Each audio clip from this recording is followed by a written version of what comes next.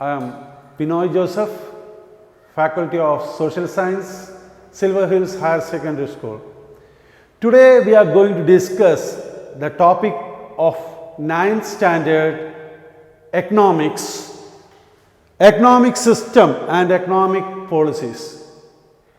It's a current topic, some details about the economic system which prevailed in the world. Now, please observe this picture.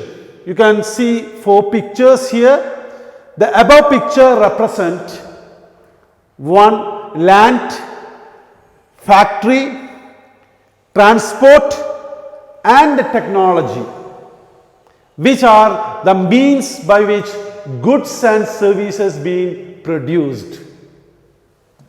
And it should be properly distributed. Thought about the production of these means of production. It differs from country to country. In some countries, the ownership primarily solely depend on private sector. In certain other countries, it will be depend upon public sector, that is government. And there are also countries which are having both the private and the public sector taking initiative in production and distribution of the products and the goods and the services. Now let us see, on the basis of ownership, according to the ownership, either it will be public sector or private sector or both these two sectors, the ownership, according to the basis of ownership, mainly the economic system can be classified into 3. There are 3 types of economies. One we call it as the capitalist economy, one we call it as the capitalist economy, socialist economy the second one, the third one the mixed economy that we are going to discuss in this session. Let us see. There are 3 important economies. One is capitalist, socialist and the mixed economy. Let us see what is the importance, what is the definition and the features of capitalist economy. Capitalist economy is the economy in which the ownership of means of production is with private individuals who work for their own profit. The economic system which having an upper hand of private sector or private individuals, we called it as capitalist economy. And the major motive, or what we can call the feature, the important feature, is profit motive. Let us see other features of capitalist economy. The first one we already mentioned, it's profit motive. Second one, the freedom for the entrepreneur to produce any commodities. Any commodity can be produced. Right to private property. That's an important thing. An individual can keep his own property. Profit motive that we already mentioned. Transfer of wealth to the legal heir. That's an important thing. If your father had the wealth, he can transfer the wealth to you. That is actually the capitalist economy. Then consumer sovereignty. The consumer having the freedom to choose not only one product, more than that. He can choose it. That we call it as consumer sovereignty. And last one, the major thing, competition between each other. There will be more capitalists in that country and they will be compete with each other and it will benefit the society. These are the important features of capitalist economy. Now let us see the characteristics in a nutshell. Private enterprise, government does not involve in these matters. run on self-interest, competition and profit motive. And the last one, based on important concept of price mechanism. Now there is very little government interactions. Only the interaction is to safeguard the security of the people. That is why these type of nations, this type of economy called it as police state. Now, when we are talking about the basic problems, how to produce and whom to produce, it can be solved by price mechanism. Now, what is meant by price mechanism? According to the capitalism, price mechanism is a phenomena where demand and supply, the demand and supply run through market, and by using this demand and supply, price will be getting high and low, and the entire economy being controlled by this price mechanism.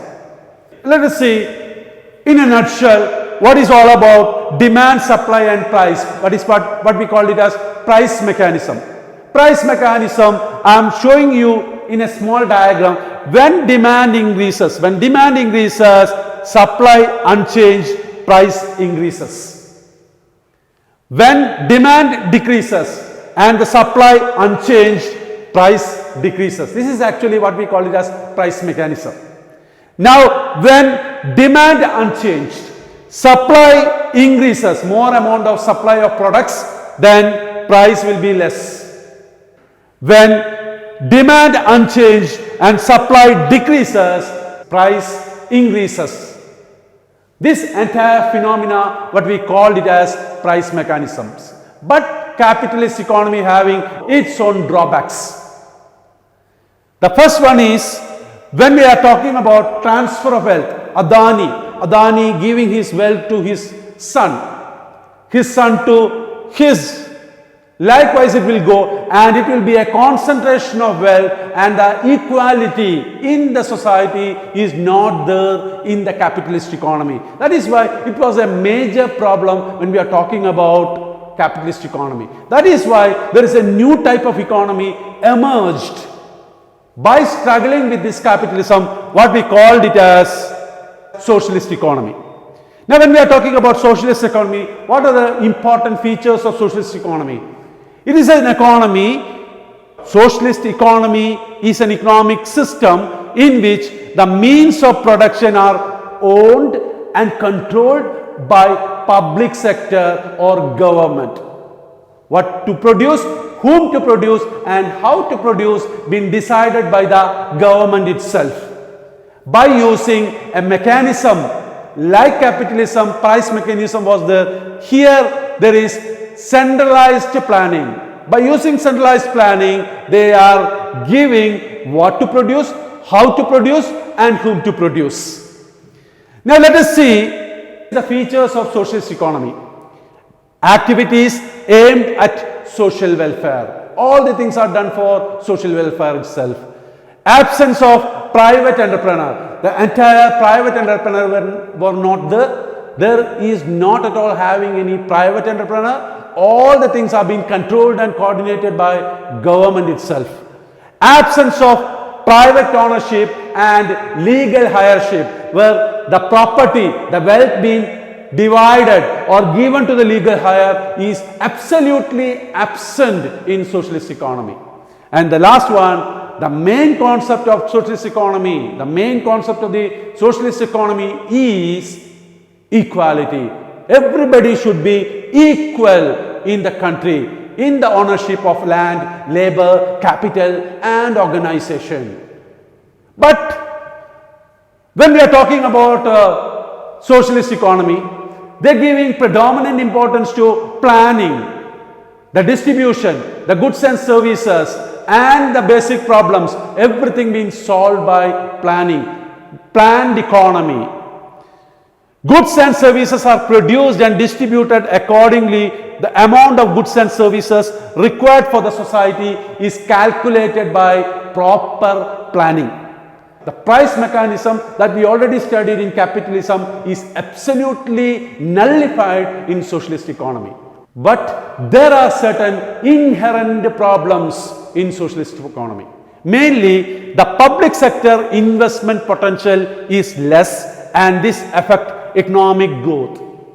The government doesn't want to make more and more capital into the market because they are short of fund. That is why the development process of the country might be adversely affected. Then the second one, for individuals, they need more and more money as a positive for their survival, and they had to acquire wealth and give it to the legal hire, their son, daughter, etc. And that positive note is not there in the socialist economy. That is why the people are reluctant to work hard, and it affected the production. This is the major drawbacks of socialist economy. Now, one more thing is that the consumer are not having the choice. Consumer sovereignty. The consumer sovereignty is not there in a socialist commodity. There is not at all having any consumer sovereignty in socialist economy, and the people can choose what they are being offered. That is a major problem when we are talking about socialist economy. Now, due to this, compare the features. As an activity I am giving to you, compare the features between capitalist economy and the socialist economy.